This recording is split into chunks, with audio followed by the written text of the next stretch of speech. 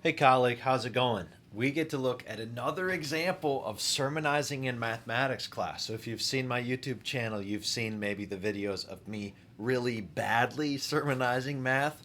And I am even happier now that I embarrassed myself by making those videos because this is so good. Just if you watch it with no context for what bad sermonizing can look like, but if you watch mine, it's like, oh my gosh, this is really good. So this is our colleague Caroline Ong talking to geometry students in March of 2022.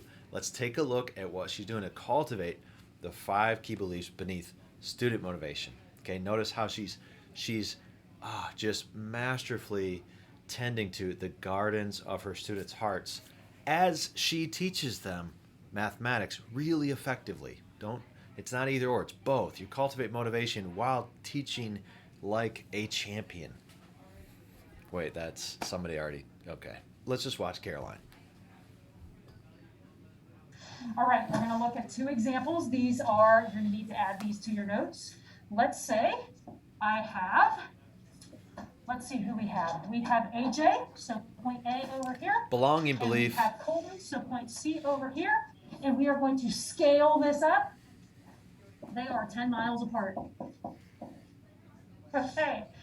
And then we have, this is on giving a vast lecture. So we're going to call this point O. So, look, how this is not hard, but it's a way to draw in two students in the room. Two students now have their name inserted into this hypothetical scenario with a triangle. And from AJ's point of view, this angle is 45 degrees. And from Colton's point of view, this angle is 35 degrees. I would like to find this side right here, which I'm going to call X. How far am I from AJ? Okay. Okay, so we could actually act this out. Okay, we could force Colton and AJ to run in opposite directions until they are 10 miles apart. And then I would adjust my position until the, angles are appropriate. And then we could do a physical measurement of the distances. Is that efficient? No. Okay, mathematics allows us to solve problems very efficiently. Mathematicians, absolutely, Kale. Mathematicians are lazy. All right, look at this. The student says, we are so lazy. And when I first watch this, it's like, oh man, you got this kid kind of saying something maybe negative. Caroline's just like, yep, that's right. We are lazy. Like she's fully stepping into that. And when we make statements that we can back up, that we can use to help our students to understand what it looks like to grow in mastering our discipline, which Caroline's about to make. But if we make these statements in a way that's kind of provocative, kind of what students aren't used to, like, oh, mathematicians are lazy, that is likely to kind of stick. It's going to be novel, which is one way of influencing the value belief. We want to find the most efficient way to solve a problem. Okay, that's one of the beauties of mathematics is we're looking for the most efficient way to That's solve a value problem. language. You guys, okay, I'm going to get on my math is wonderful high horse for just a second. Sermon coming. Life is about finding the most efficient ways to solve problems. You guys are going to go out, you're going to grow up one day, right? You're not going to, Travis and I were talking about this morning, you're not going to be a teenager forever.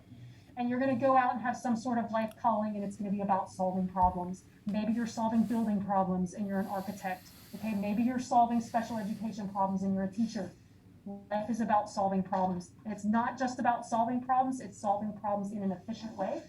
And it is solving problems in a way that other people can use and communicating your solution method to others. All things we do in math. Math is beautiful. Okay, so we are not going to make a scale diagram of this. We're not going to make AJ and run and so forth. Is it a right triangle? Maybe.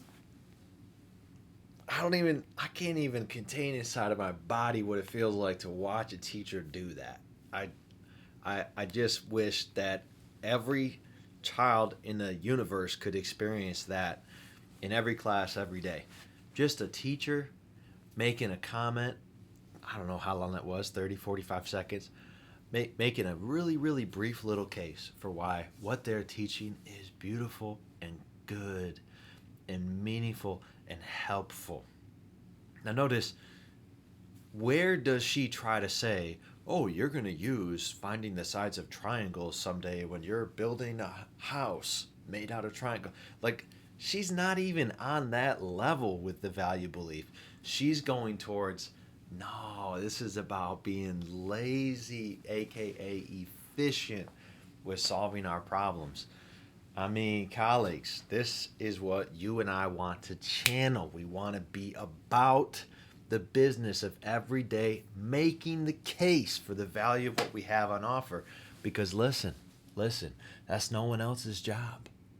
No one else is responsible for helping my students to value world history or high school English. Nobody. That's my job. That's what I get paid to do. All right? I want families, parents, guardians, you help your children to value all other things in the world. Help them to value other people. Help them to value, like you do your thing. Me, I'm going to make sure that I'm signaling value every day to my students, because if not me, then who? Thanks, Caroline, for this example. If anyone else has examples, little classroom clips of you sermonizing your students, email them to me. Dave at DaveStewartJr.com. STUARTJR.com. I would be delighted to watch them and share them, because this stuff is so good for our professional development. Take care.